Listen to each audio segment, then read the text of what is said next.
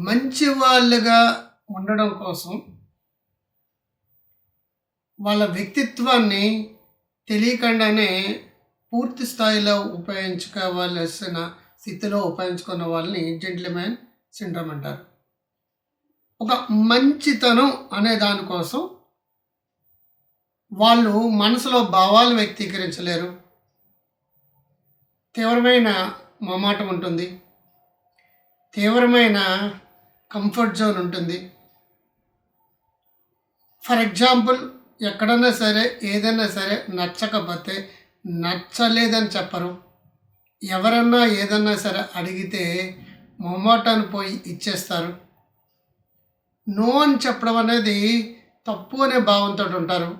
మంచి వాళ్ళుగా కనపడడం కోసం, మంచితనంగా ముద్ర కోసం, మంచి వ్యక్తులుగా చూపించడం కోసం ఈజ్ ద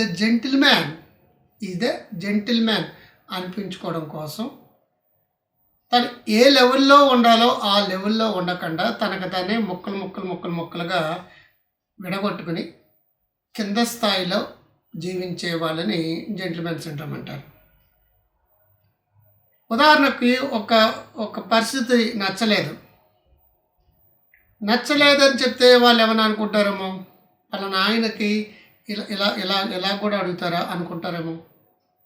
ఉదాహరణకి ఒక ఫంక్షన్‌లో ఒక ఇష్యూ వచ్చింది. ఆ ఇష్యూ వచ్చినప్పుడు అందరూ ఏమన్నారు, ఈయన కూడా తల ఊపుతూ అలాగనడమే తప్పించి తనకు ఆల్రెడీ ఒక అభిప్రాయం ఏర్పడింది. ఆ అభిప్రాయాన్ని ఎక్స్‌ప్రెస్ చేయలేరండి.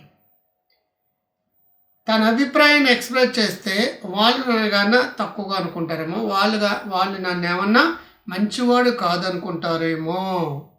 రాముడు మంచి బాలుడు అనిపించుకోవడం కోసం